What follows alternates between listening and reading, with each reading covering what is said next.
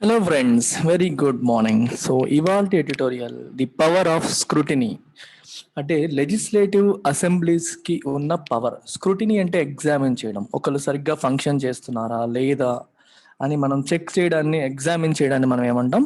Scrutiny అంటాం. అయితే legislative assemblies కి సోషల్ మీడియా కంపెనీస్ ని సమన్ చేసే అధికారం ఉందా, వాళ్ళని స్క్రూటినైజ్ చేసే అధికారం ఉందా లేదా అనే యాంగిల్లో ఎడిటోరియల్ కొనసాగుతుంది. మనకి ఢిల్లీ అసెంబ్లీలో ఒక పర్టికులర్ కమిటీ ఫేస్బుక్ యొక్క సీనియర్ అఫీషియల్ని పిలిపించారు. సో ఆయన నేనెందుకు వెళ్ళాలి, వాళ్ళకి ఏంటి సంబంధం, ఢిల్లీ అసెంబ్లీకి మమ్మల్ని పిలిచే అధికారం ఎక్కడ ఉంటుంది, మమ్మల్ని గవర్న్ చేసే act IT act, information technology act.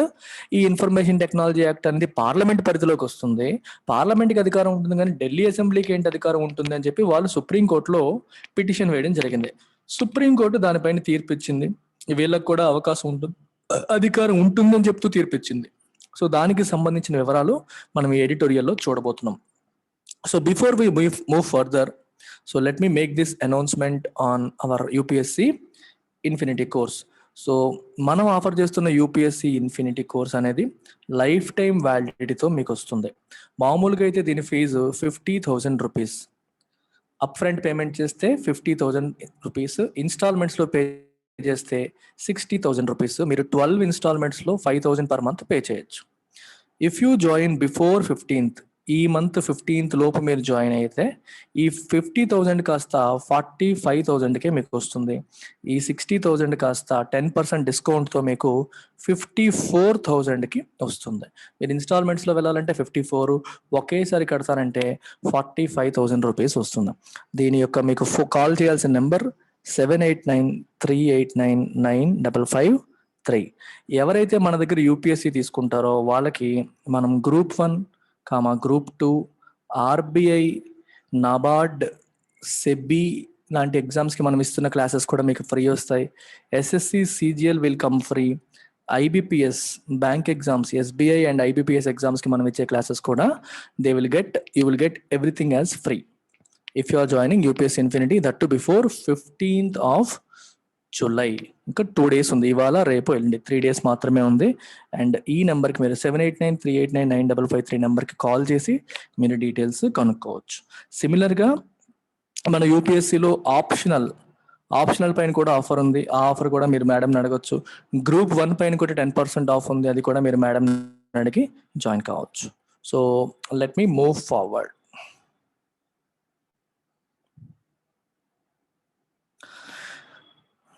The Supreme Court has struck a blow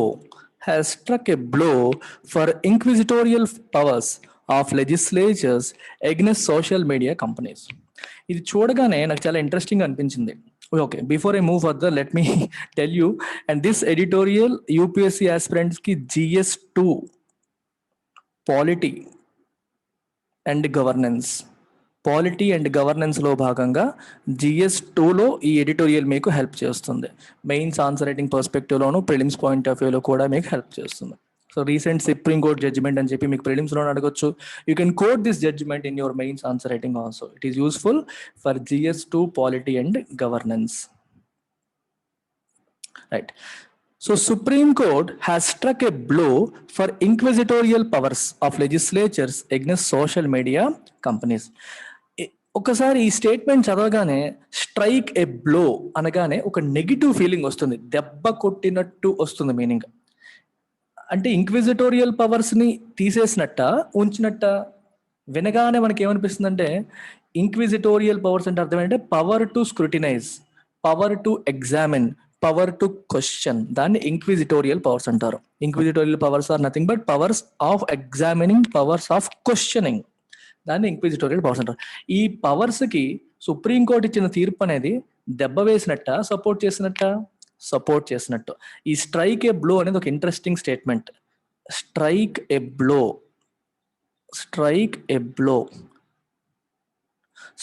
blow దీని పక్కన ఫర్ పెట్టారు అనుకోండి, ఇట్ ఈస్ పాజిటివ్. అంటే ఇంక్విజిటోరియల్ పవర్స్కి సుప్రీంకోర్టు ఇచ్చిన తీర్పు హెల్ప్ చేస్తోంది. It is fighting for the inquisitorial powers of legislatures అనే మీనింగ్ వస్తుంది. ఇక్కడ strike a blow plus against అని రాశారు అనుకోండి, ఆపోజిట్ అయిపోతుంది, నెగిటివ్.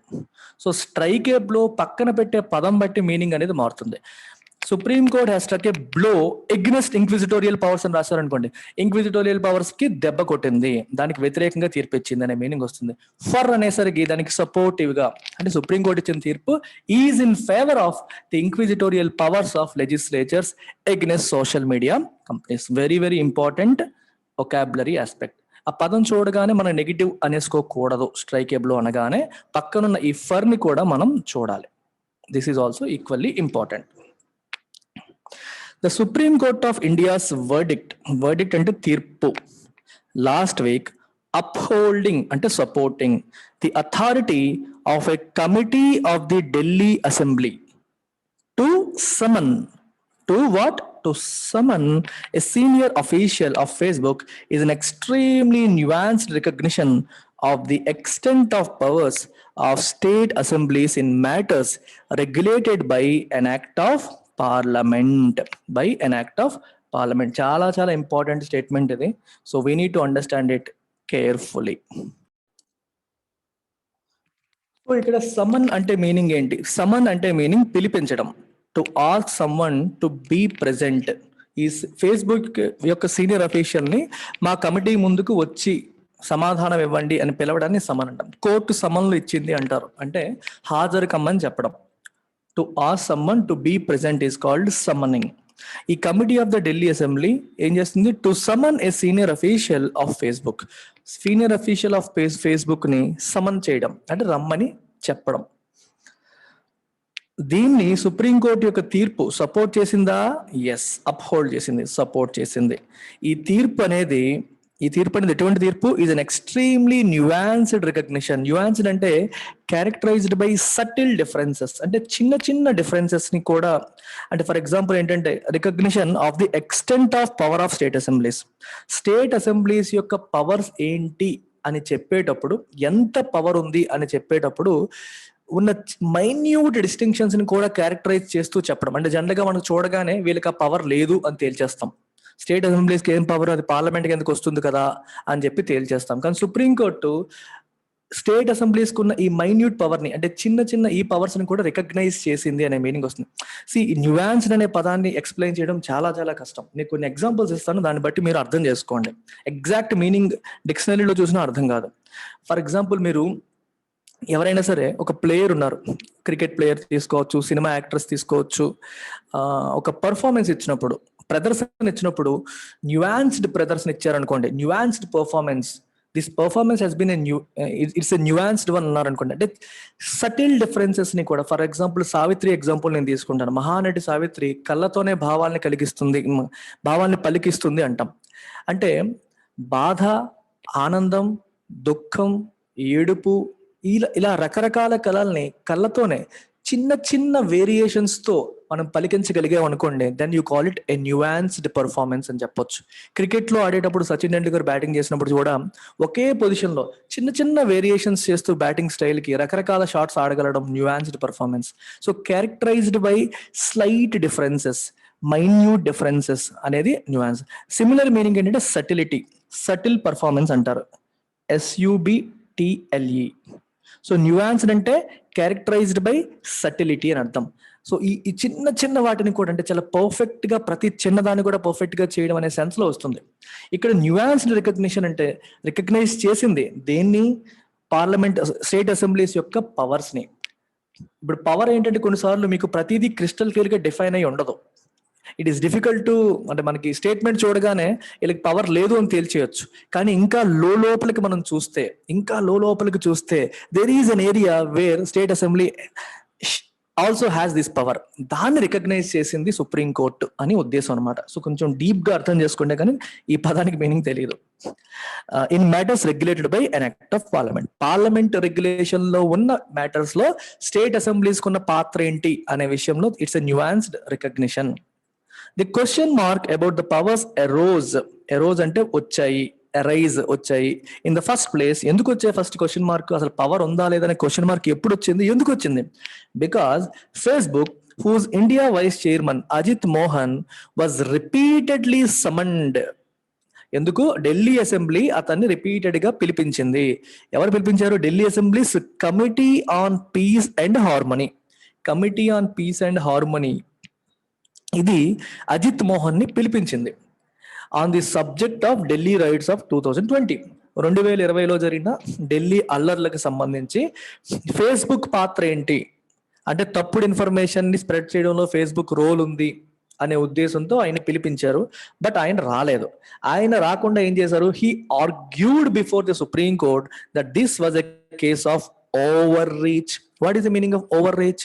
తన పరిమితిని మించి ప్రవర్తించడం, అధికార పరిధిని దాటి ప్రవర్తించడాన్ని ఓవర్ రీచ్ అంటారు.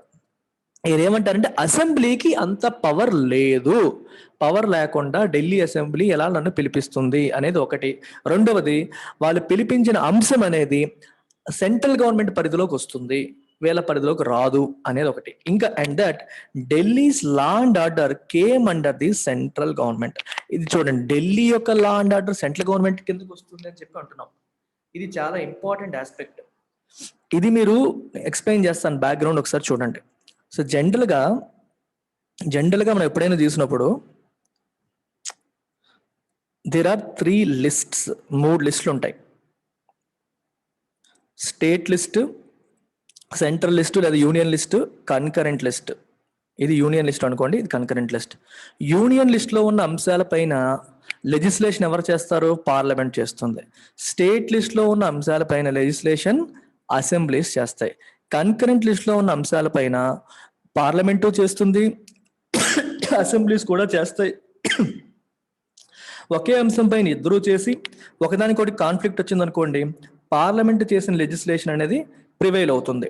పార్లమెంట్ చేసింది ప్రివైల్ అవుతుంది, అసెంబ్లీ చేసింది ప్రివైల్ అవ్వదు. ఇది జనరల్ గా మనకు తెలిసిన విషయం. ఈ 3 లిస్టులు ఎందులో ఉంటాయి? షెడ్యూల్ 7 లో ఉంటాయి. రాజ్యాంగంలో షెడ్యూల్ 7 లో ఈ 3 లిస్టులు మెన్షన్ చేయబడి ఉంటాయి. మీకు ఎగ్జాంపుల్ తీసుకుంటే ఎడ్యుకేషన్ అనేది కన్కరెంట్ లిస్ట్ లో ఉంది. లా అండ్ ఆర్డర్ అనేది స్టేట్ లిస్ట్ లో ఉంటుంది, అంటే police law and order state list. Defence అనేది యూనియన్ లిస్ట్ లో ఉంటుంది. కమ్యూనికేషన్స్ యూనియన్ లిస్ట్ లో ఉంటుంది. అగ్రికల్చర్ స్టేట్ లిస్ట్ లో ఉంటుంది. ఇలా ల్యాండ్ స్టేట్ లిస్ట్ లో ఉంటుంది. సో డిఫరెంట్ థింగ్స్ డిఫరెంట్ లిస్టులో ఉంటాయి. స్టేట్ లిస్ట్ లో ఉన్న అంశాలపైన స్టేట్ గవర్నమెంట్సే చట్టాలు చేయాలి. యూనియన్ లిస్ట్ లో ఉన్న అంశాలపైన పార్లమెంటే చట్టాలు చేయాలి. దీన్నే మనం డివిజన్ ఆఫ్ పవర్స్ అని చెప్పి అంటాం. Division of powers. And this is the spirit of federalism. India is a federal polity. Federalism అంటే division of powers between centre and states. Centre కి స్టేట్స్ కి మధ్యలో పవర్స్ అనేవి డివిజన్ అయిపోవడాన్ని మనం ఫెడరలిజం అంటాం. ఇప్పుడు చూడండి, యూనియన్ లిస్ట్ లో ఉన్న అంశాలపైన యూనియన్ గవర్నమెంట్ కి, స్టేట్ లిస్ట్ లో అంశాలపైన స్టేట్ గవర్నమెంట్, వీటన్నింటినీ లెజిస్లేటివ్ పవర్స్ అంటాం. అలాగే ఎగ్జిక్యూటివ్ పవర్స్ కూడా డివైడ్ అయిపోతాయి. స్టేట్ లిస్ట్, యూనియన్ లిస్ట్ ప్రకారం డివైడ్ అయిపోతాయి అనమాట. ఇది ఫెడరలిజం కాన్సెప్ట్. అయితే ఇప్పుడు మీకు ఏం చెప్పాను? లా అండ్ ఆర్డర్ అనేది స్టేట్ లిస్ట్ లోకి వస్తుంది అని చెప్పాను. నిజంగానే స్టేట్ లిస్ట్ లో, ల్యాండ్ కూడా స్టేట్ లిస్ట్ లోనే వస్తుంది. లా అండ్ ఆర్డర్ అనేది మీకు స్టేట్ లిస్ట్ లో ఫస్ట్కి వస్తుంది. ఫస్ట్ అనమాట, ఫస్ట్ అంశం. ల్యాండ్ అనేది 18, ఐటమ్ నెంబర్ 18. పోలీస్ అనేది ఐటమ్ నెంబర్ 2. పోలీస్ ఏమో item number 2. Order law and order అనేది ఐటమ్ నెంబర్ 1 అండ్ ల్యాండ్ అనేది 18 అనమాట. ఇందులో స్టేట్ లిస్ట్ లో. మరి స్టేట్ లిస్ట్ లో ఉన్న అంశాలపైన ఎవరికి అధికారం ఉంటుంది? స్టేట్ లిస్ట్ లో ఉన్న అంశాలపైన అసెంబ్లీకి ఉంటుంది. కానీ ఢిల్లీకి వచ్చేసరికి స్పెషల్ ప్రావిజన్స్ ఉన్నాయి. Delhi is not a proper state, national capital territory అని చెప్పి అంటాం మనం. సో ఢిల్లీకి వచ్చేసరికి స్పెషల్ ప్రావిజన్స్ ఉన్నాయి కాన్స్టిట్యూషన్ లో. మీరు ఆర్టికల్ 239AA కాన్స్టిట్యూషన్ యాప్ మీరు డౌన్లోడ్ చేసుకొని పెట్టుకోవాలి మొబైల్లో. అందులో ఆర్టికల్ 239AA మీరు చదివినట్లయితే ఇందులో క్రిస్టల్ క్లియర్ గా రాస్తారు. ఏమని రాస్తారంటే, స్టేట్ లిస్ట్ లో ఉన్న అంశాలు 1 to 18 except these three Delhi assembly దేనిపైనైనా చట్టాలు చేసుకోవచ్చు. ఢిల్లీ అసెంబ్లీ స్టేట్ లిస్ట్ లో ఉన్న అంశాలన్నిటిపైన చట్టాలు చేయొచ్చు ఎక్సెప్ట్ దీస్ 3. ఈ 3 కూడా స్టేట్ లిస్ట్ లోనే ఉన్నాయి. ఈ 1 ఏంటి? లా అండ్ ఆర్డర్. 2 ఏంటి? పోలీసు. 18 ఏంటి? What is 18? ల్యాండ్. అందుకే మీరు ఎప్పుడు కూడా Delhi police is under central government, not under state government. Delhi law and order is under central government, not under state government. మీరు ఆంధ్ర తీసుకోండి, పోలీస్ డిపార్ట్మెంట్ స్టేట్ కింద ఉంటుంది, లా అండ్ ఆర్డర్ స్టేట్ కింద ఉంటుంది. కానీ ఢిల్లీలో మాత్రం అలా ఉండదు. ఆర్టికల్ 239AA ఇది క్రిస్టల్ క్లియర్ గా మెన్షన్ చేయబడి ఉంది రాజ్యాంగంలో. దానికి ఫుల్ పవర్స్ అనేవి ఇవ్వలేదు. ఇది ఇంపార్టెంట్. అందుకనే ఇప్పుడు ఈ ఫేస్బుక్ ఆయన ఏమంటాడు, ఢిల్లీ రైట్స్ గురించి మాట్లాడామంటే అది లా అండ్ ఆర్డర్కి సంబంధించిన విషయం. లా అండ్ ఆర్డర్ అనేది మీ చేతిలో లేదు. Delhi's law and order came under central government, కాబట్టి ఇది ఓవర్ రీచ్, మీకు సంబంధం లేదు, మీరు ఎందుకు మీ పరిధి దాటి ప్రవర్తిస్తున్నారు అని ఈయన ఆర్గ్యూ చేశారు. ఎవరు? అజిత్ మోహన్. ఎవరితను? Facebook India vice president. ఇది ఈయన యొక్క position. This was also the position taken by the central government. Central government కూడా అదే మాట అంటోంది. which argued that the Delhi Assembly had no jurisdiction in this matter. Jurisdiction అంటే పరిధి. ఈ పరదాన్ని బాగా గుర్తుపెట్టుకోండి. jurisdiction అంటే అర్థం ఏంటి? అధికార పరిధి, limit of your power is jurisdiction. మీకు బెస్ట్ ఎగ్జాంపుల్ ఎప్పుడు కూడా మళ్ళీ నేను సినిమాల్లో ఈ పదం వాడతాం, మీరు ఎప్పుడు మర్చిపోరు ఇది. మీరు మీ వీధిలో ఒక దొంగతనం జరిగింది, లేదా ఒక రేప్ జరిగింది, ఒక మర్డర్ జరిగింది. మీరు ఒక పోలీస్ స్టేషన్కి వెళ్ళి కంప్లైంట్ ఇచ్చారు. దొంగతనం జరిగిన ప్లేస్ ఏంటి, నేరం జరిగిన ప్లేస్ ఏంటి అని చెప్పి పోలీసు వస్తాను అడుగుతారు. అడగగానే మీరు చెప్పారు. అతను వెంటనే అంటాడు, అది మా జ్యూరిస్డిక్షన్ లోకి రాదండి, అది 2 టౌన్ పోలీస్ కిందకి వస్తుంది, మాది 1 టౌన్. మీరు చెప్పిన area comes under 2 town, not 1 town. So మీరు 2 టౌన్ పోలీస్ స్టేషన్ లో కంప్లైంట్ ఇవ్వండి అంటారు. సో జ్యూరిస్డిక్షన్ అంటే అర్థం ఏంటి? మాకు అక్కడ జరిగిన ఇన్సిడెంట్స్ ని, అక్కడ ఆ ఏరియాలో జరిగిన ఇన్సిడెంట్స్ ని ఎంక్వైరీ చేసే అధికారం మాకు లేదు, ఆ పర్టికులర్ పోలీస్ స్టేషన్ కి ఉంది. జ్యూరిస్డిక్షన్ అంటే పరిధి అని అర్థం. ఢిల్లీ అసెంబ్లీకి ఈ విషయంలో పరిధి లేదు, పవర్ లేదు అని సెంట్రల్ గవర్నమెంట్ కూడా అనింది. The social media platform also pointed out that it was governed by the IT Act of Parliament and this is not therefore something any state government can be concerned with. State governments కి సంబంధం ఏముంది? మేము parliament చేసిన IT act మమ్మల్ని govern చేస్తుంది, information technology act మమ్మల్ని govern చేస్తుంది, state governments కి దీంతో సంబంధం ఏంటి అని కూడా సోషల్ మీడియా ప్లాట్ఫామ్ ఫేస్బుక్ వాళ్ళు అన్నారు. అయితే మరి కోర్టు ఏం చేసింది? ఫేస్బుక్ ని సపోర్ట్ చేసిందా? లేదు. ది కోర్ట్ ఇన్ అప్హోల్డింగ్ అంటే సపోర్టింగ్ ద సమన్స్ అంటే వీళ్ళు పిలిపించడాన్ని, సమన్ అంటే అర్థం ఏంటి? పిలిపించడం. ఈ పిలిపించడాన్ని కోర్టు ఏం చేసింది? సపోర్ట్ చేసింది. సపోర్ట్ చేస్తూ did not go merely by the legislative powers of a house. Only legislative powers of the house మాత్రమే చూడలేదు. ఢిల్లీ అసెంబ్లీకి ఓన్లీ లెజిస్లేటివ్ పవర్సే ఉన్నాయా అనే అంశాన్ని పరిగణలోకి తీసుకోలేదు, ఇంకా వేరే అంశాన్ని కూడా దృష్టిలో పెట్టుకుని దాన్ని సపోర్ట్ చేసింది. అర్థమైందా? మీరు ఓన్లీ వాళ్ళ పవర్స్ ఏమున్నాయనే ఆస్పెక్ట్ ని చూడకుండా బియాండ్ దట్ వెళ్ళింది. లెజిస్లేటివ్ పవర్సే కాకుండా బియాండ్ లెజిస్లేషన్ అంటే చట్టాలు చేసే అధికారం, దానికి మించి వెళ్ళింది సుప్రీంకోర్టు. ఏంటి వెళ్ళిందో కూడా చూద్దాం. ఇట్ రైట్లీ సెడ్, ఏమనింది supreme court? The assembly does not only perform the function of legislating అంటే చట్టాలు చేయడం మాత్రమే కాదు, there are many other aspects of governance which can form part of the essential functions of the legislative assembly. Okay, governance కి సంబంధించిన many essential functions కూడా, aspects కూడా ఉన్నాయి, which can form part of the essential functions of the legislative assembly. Legislative assembly యొక్క essential functions లో అవి కూడా భాగమే అని చెప్పింది సుప్రీంకోర్టు. ఓన్లీ లెజిస్లేషన్ మాత్రమే కాదు, గవర్నెన్స్ కి సంబంధించిన కొన్ని అంశాల్లో కూడా వాళ్ళకి పవర్స్ ఉన్నాయని చెప్పింది. And consequently the committee, so ఆ కమిటీ కూడా ఆ రకంగా వచ్చిందే, ఆ ఫంక్షన్స్ లో భాగంగా ఈ కమిటీ కూడా వచ్చిందే, సో చెల్లుతుంది అని చెప్పి సుప్రీంకోర్టు చెప్తుంది.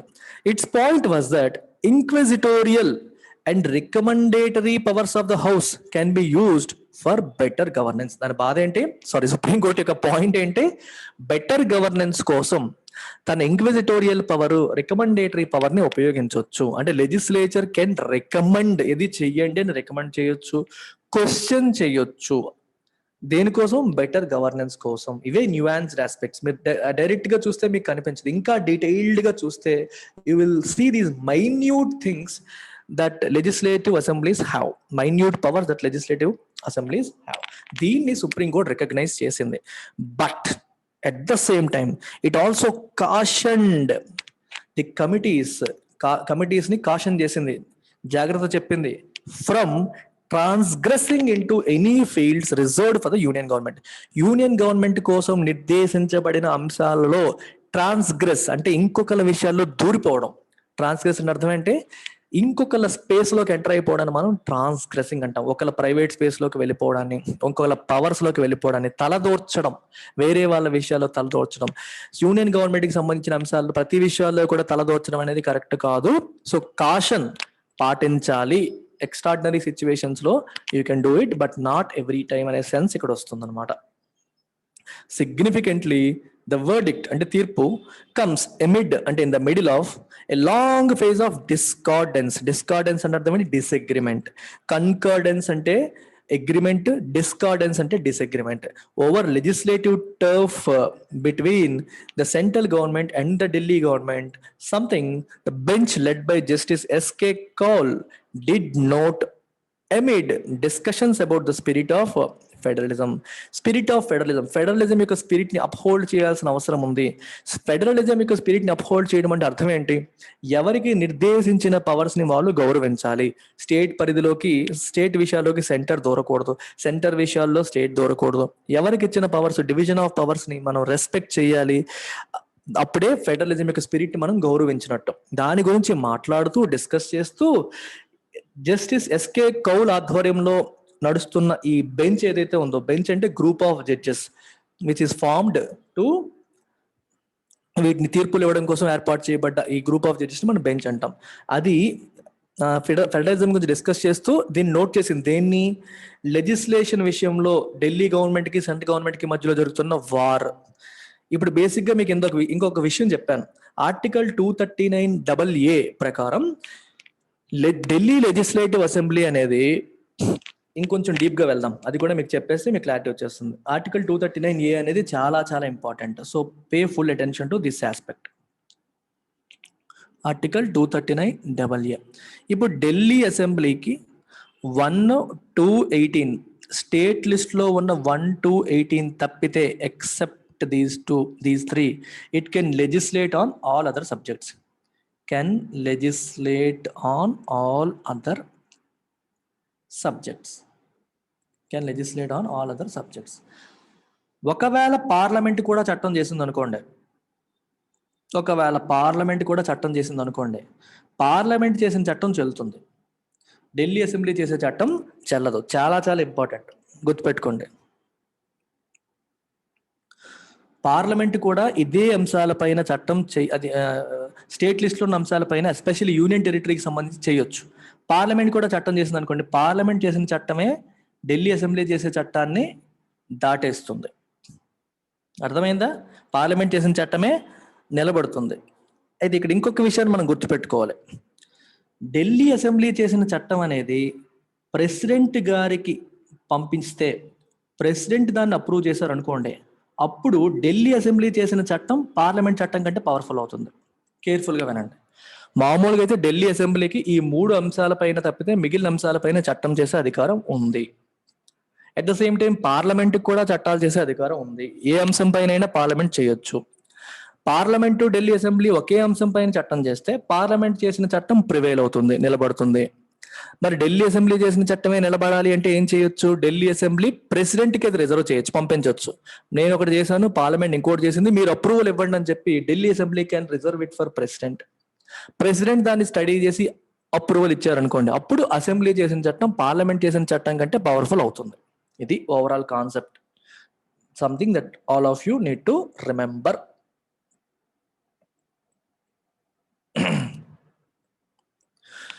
సో వీళ్ళకి ఆల్రెడీ ఎప్పటి నుంచో long phase of డిస్కార్డెన్స్ over legislative turf, ఎవరి స్పేస్ ఎంత, మీ దాంట్లో మేము రావడం, ఇలాంటి విషయాల్లో ఎప్పటి నుంచో గొడవ జరుగుతూ ఉంది. నాట్ జస్ట్ దట్, అదొకటే కాదు. It also comes at a time when social media intermediaries are legally fighting some aspects of the new IT rules that govern them. Government తీసుకొచ్చిన కొత్త ఐటీ రూల్స్ విషయంలో కూడా వాటిని ఫైట్ చేస్తున్నాయి. ఫేస్బుక్, ట్విట్టర్ లాంటి సంస్థలు లీగల్ గా ఫైట్ చేస్తున్నాయి గవర్నమెంట్ తీసుకొచ్చిన కొన్ని న్యూ ఐటీ రూల్స్ విషయంలో కూడా. They responsibility towards the many legislatures will only become more heightened because of this verdict. Supreme court ఇచ్చిన ఇప్పుడు ఈ తీర్పు వల్ల ఏమవుతుంది? ఢిల్లీ అసెంబ్లీకి పవర్స్ ఉన్నాయి అని తేలితే మరి మిగిలిన స్టేట్ అసెంబ్లీస్ కూడా పిలిచే అవకాశం ఉంటుంది కదా, వాళ్ళు కూడా ఫేస్బుక్ ని సమన్ చేసే అధికారం ఉంటుంది కదా. సో ఫేస్బుక్ పరిస్థితి ఏంటి, their responsibilities towards other assemblies legislatures will be heightened, పెరిగిపోతాయి. ఎందుకంటే సుప్రీంకోర్టు తీర్పుని ఒక ప్రెసిడెంట్ గా వాడతారు, ఒక ఎర్లియర్ ఎగ్జాంపుల్ కింద వాడి అదర్ అసెంబ్లీస్ కూడా వీళ్ళని సమన్ చేసే అధికారం ఉంటుంది, అవకాశం ఉంటుంది. The court refuse to buy the argument. Buy the argument అంటే ఆర్గ్యుమెంట్ ని ఒప్పుకోలేదు అని అర్థం. ఏ ఆర్గ్యుమెంట్ ని, that social media intermediaries are merely a platform for exchange of ideas without performing any significant role themselves. అరే మా తప్పేముందండి, we are only a platform, content మేము ప్రొవైడ్ చేయట్లేదు, ఎవరో కంటెంట్ పెడుతున్నారు, ఇంకెవరో కన్జ్యూమ్ చేస్తున్నారు, వీఆర్ ఓన్లీ ఏ ప్లాట్ఫామ్, మేము అదొకటే, మాకు అంతకు మించి మేము ఇస్తుంది ఏం లేదు కదా, మమ్మల్ని ఎందుకు పిలుస్తున్నారు అని చెప్పి ఫేస్బుక్ అంటే ఆ ఆర్గ్యుమెంట్ ని సుప్రీంకోర్టు ఒప్పుకోవాల. It refuse to buy the argument. ఒప్పుకోకుండా సుప్రీంకోర్టు ఏం చెప్పిందంట, it then linked what happens in these platforms to the real world. Platform లో జరిగేది, సుప్రీంకోర్టు ఏం చెప్పింది, ఫేస్బుక్ లాంటి ప్లాట్ఫామ్స్ లో జరిగేదానికి రియల్ వరల్డ్ లో జరిగేదానికి లింక్ చేస్తూ చెప్పింది. మీరు చేసేది ఏది కూడా అక్కడ ఆగిపోవట్లేదు, రియల్ వరల్డ్ ని ఇంపాక్ట్ చేస్తుంది. So how can you not take responsibility అని చెప్పి సుప్రీంకోర్టు అనేది.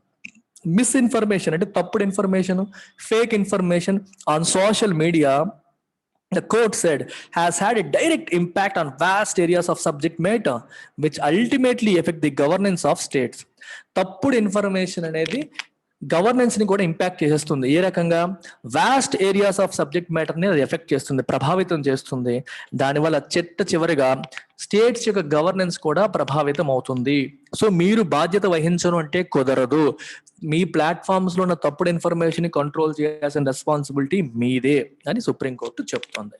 Given the constraints of the powers of Delhi assembly vis-a-vis law and order, the very fact that the court found that its committee still could summon the Facebook India official without encroaching upon the turf of center now opens the gates for scrutiny of social media platforms by other states which however have significantly more powers with respect to law and order. Important sentence ఇది. బేసికల్ గా Delhi government కి లా and order అంటే ఏంటి, 1 and 2 police, ఈ రెండింటి విషయంలో state list లో ఉన్న ఈ రెండు అంశాల పైన ఢిల్లీ గవర్నమెంట్ యొక్క పవర్స్ బాగా తక్కువ. అయినప్పటికీ కూడా సుప్రీంకోర్టు మీ అసెంబ్లీకి కమిటీకి పవర్ ఉంది అని చెప్పింది. మరి అలాంటప్పుడు మిగిలిన స్టేట్ గవర్నమెంట్స్ పొజిషన్ ఏంటి, they are more powerful because law and order is completely under them, unlike Delhi government where in law and order comes under central government. So vis-a-vis అంటే ఇన్ రిలేషన్ టు, విజావిజ్ అంటే అర్థం ఏంటి, in relation to. Law and order విషయంలో Delhi assembly యొక్క powers కి lot of constraints ఉన్నాయి, అడ్డంకులు ఉన్నాయి. అయినప్పటికీ కూడా సుప్రీంకోర్టు దాని కమిటీకి పవర్స్ ఉన్నాయి, ఇట్ కుడ్ స్టిల్ సమన్ అని చెప్పింది. అంటే వితౌట్ ఎన్క్రోచింగ్ అపాన్, అంటే సెంటర్ విషయంలో తలదోర్చకుండా, ఎన్క్రోచ్ అన్న ట్రాన్స్గ్రెస్ అన్న ఒకటే మీనింగ్, ఇందాక చూసాం కదా, ట్రాన్స్గ్రెస్సింగ్ అని, ఇప్పుడు ఎన్క్రోచింగ్, రెండింటికి సేమ్ మీనింగ్. వేరే వాళ్ళ విషయంలో తలదోర్చడం, ఇప్పుడు ఒకటి ల్యాండ్ లో ఇంకొకటి దూరేయడం అనుకోండి, బోర్డు పెట్టడం, అది ఎన్క్రోచింగ్, కబ్జా. ట్రెస్పాస్, ఈ పదాలు చూడండి, ట్రెస్పాస్, ఎన్క్రోచ్, ట్రాన్స్గ్రెస్, ఇవన్నీ సిమిలర్ మీనింగ్ తో వస్తాయి మీకు. వేరే వాళ్ళ విషయాల్లో దోర్చడం, తలదోర్చడం, దూరడం అని అర్థం అనమాట. సో ఢిల్లీ గవర్నమెంట్ కి పవర్స్ తక్కువ ఉండి వాళ్ళే చేయొచ్చు అన్నప్పుడు సిగ్నిఫికెంట్ గా హయ్యర్ పవర్స్ ఉన్న వేరే స్టేట్స్ పొజిషన్ ఏంటి, obviously they have more powers with respect to law and order. So it opens the gates for them, వాళ్ళు కూడా సోషల్ మీడియా ప్లాట్ఫామ్స్ ని స్క్రూటినైజ్ చేయొచ్చు. The stage is set for more scrutiny. So more and more state governments might scrutinize social media platforms now అని అర్థం అన్నమాట. That's about it. Take care. Bye bye.